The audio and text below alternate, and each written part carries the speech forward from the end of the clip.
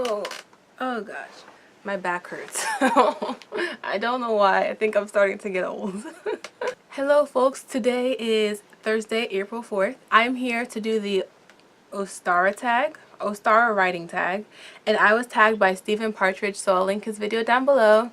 Thanks for the tag. I haven't done a tag in a while, so I was actually thinking about doing one. I just never looked for one. So in case you're wondering what Ostara is, because I had no idea what it was, but according to a Huffington Post article, the spring equinox in the Northern Hemisphere falls on Sunday, March 20th this year, marking the time when the sun passes over the celestial equator. Wiccans and other neopagans observe the day as Ostara, a festival that celebrates the season's change from dark winter to brightening spring. So I guess essentially it is the spring equinox. So the tag rules. First it says, to introduce my work in progress.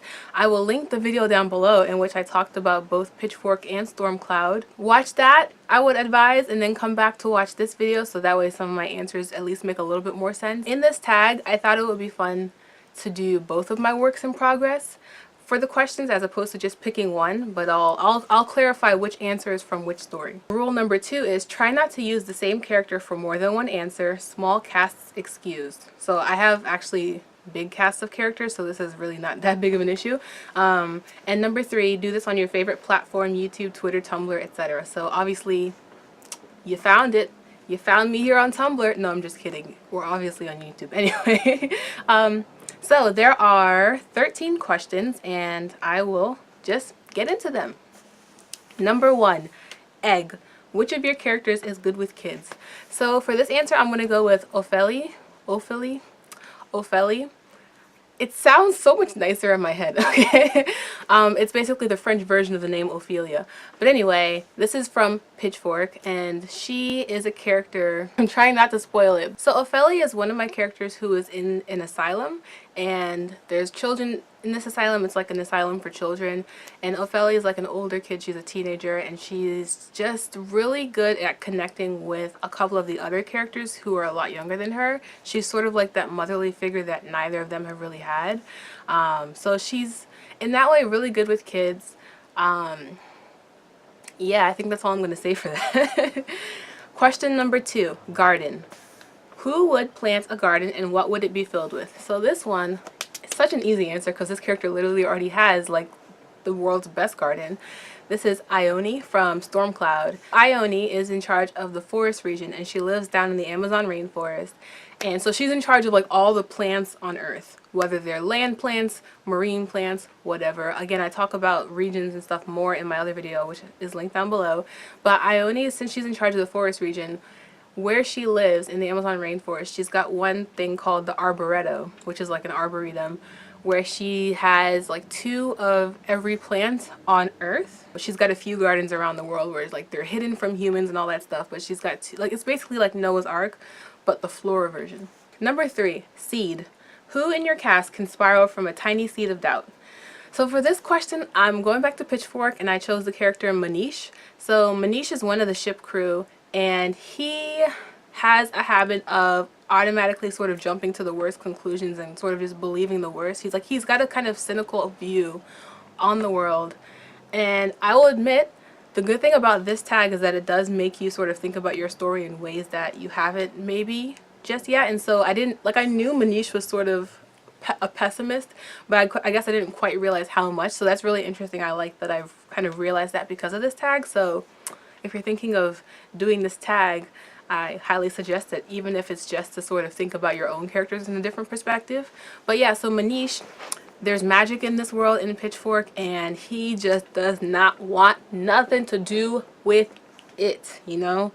It's like, keep that away from Manish because he ain't dealing with that. Question number 4, love. What are some courtship traditions that are frequent in your setting?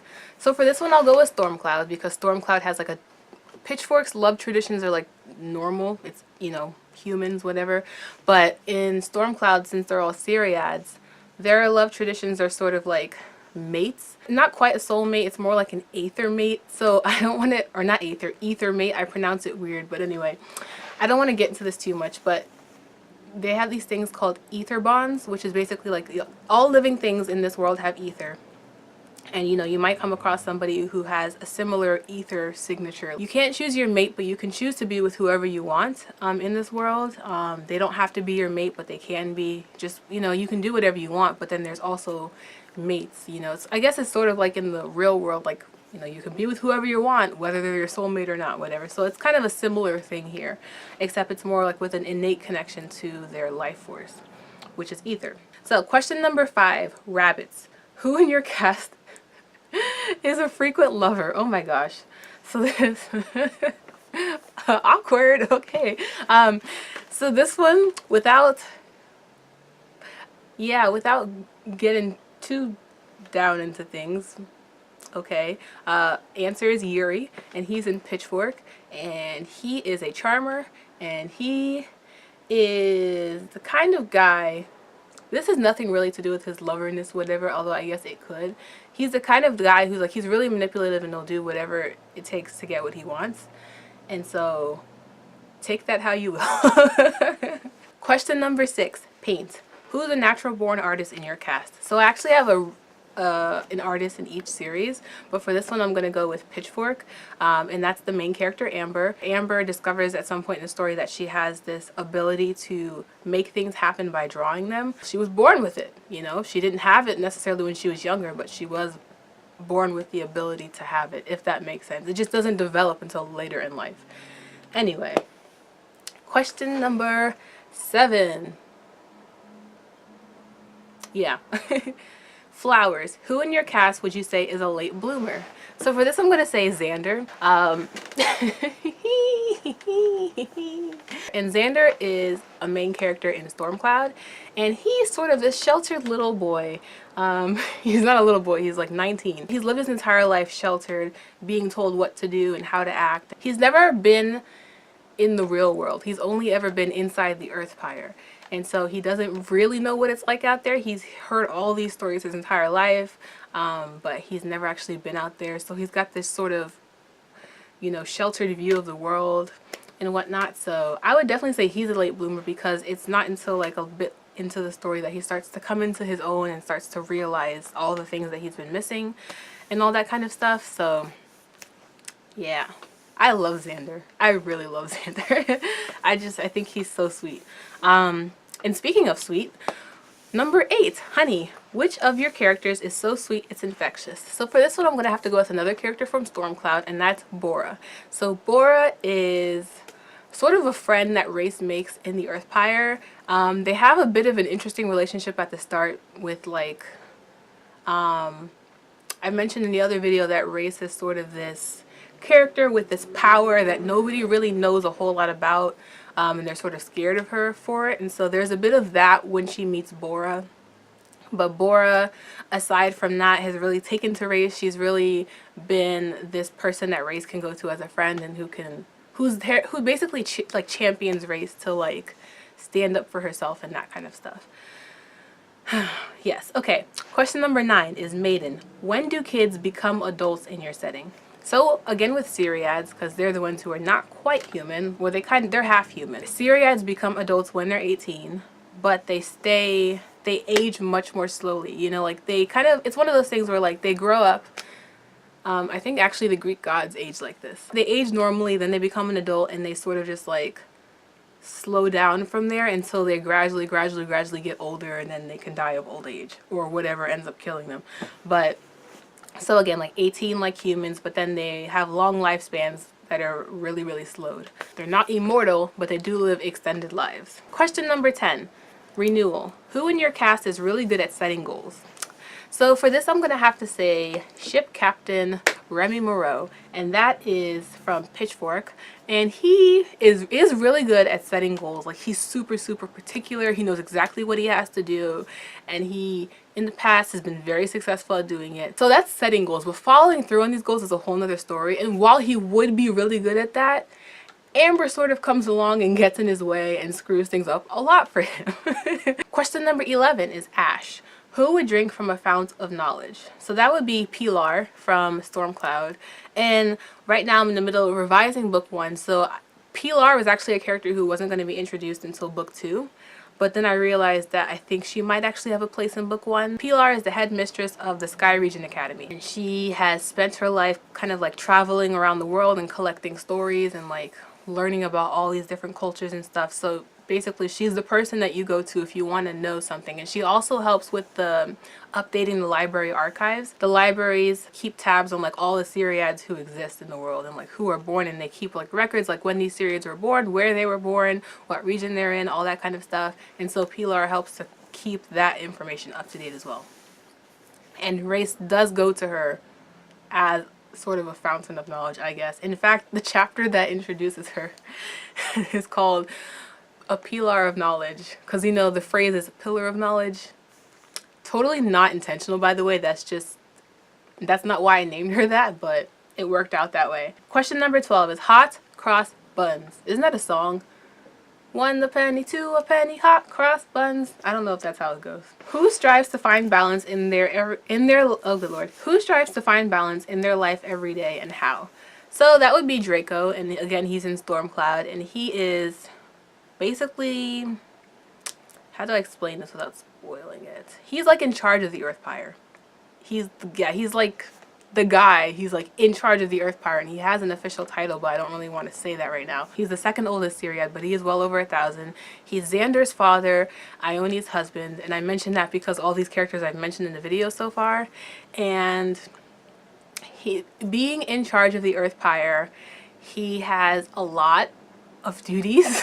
Like he's got a really, really important role in keeping the Earth going, you know, and spinning and making sure she's okay, and you know, delegating duties and talking with all the other heads of the different regions. And so yeah, he's very stressed out like all the time. He doesn't show that he's stressed out, but it is taking a toll on his health. Yeah, so how? He does do meditation and that kind of stuff, like things basically to kind of zen, bring him down, because he has a lot going on. Things I don't want to get into right now without spoiling it. Excuse me.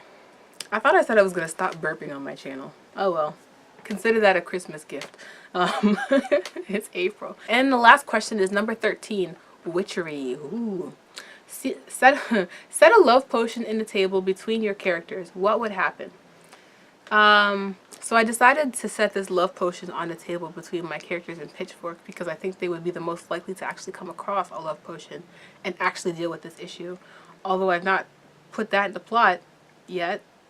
Anyway, so I think that if I put the love potion on the table between my Pitchfork characters, Amber, Manish, and all of them, I think that at first they would stare at the love potion, then they would stare at each other, you know, they would look around at each other, and then Amber would reach out and grab the love potion so quick they didn't even realize she grabbed it, and she would down it in like one gulp, and then she would slam it back on the table and start ticking her fingers on the wood as she waits to see what happens, because she will have grabbed that without fully thinking through the consequences of her actions. Like, she will have thought about it a little bit, but she wouldn't have thought the consequences would be as serious as they could be. So what happens after that? Who the heck knows? But I'm actually curious to find that out. So that's the Ostara Writing Tag. Hopefully you enjoyed this video. So now I guess it's my turn to tag a few people. So I tag Phoebe Wood Writes, Novelly KJ, and Evie Redding. So I will put their channels down in the description box if you want to go check out their channels. They're also writers on YouTube. And yeah. So, yeah, and I'll also put all the questions down below. If you guys are interested in doing this tag yourself, then I tag you. I know it's Camp NaNoWriMo, and if you're way down in the trenches, getting down and dirty, and your fingers are cramping, and you might be on the brink of carpal tunnel, maybe stop, take a break, and do this tag. Could be fun. It could be really beneficial in letting you see your characters in a new light, because it definitely did that for me. So this was really interesting, a really interesting experiment. So thank you guys so much for, oh my gosh, I don't think I put race in one of these questions. That's okay, you already know who she is. Anyway, thank you guys so much for watching. Give this video a like, hit subscribe, and I will see you next time. See you,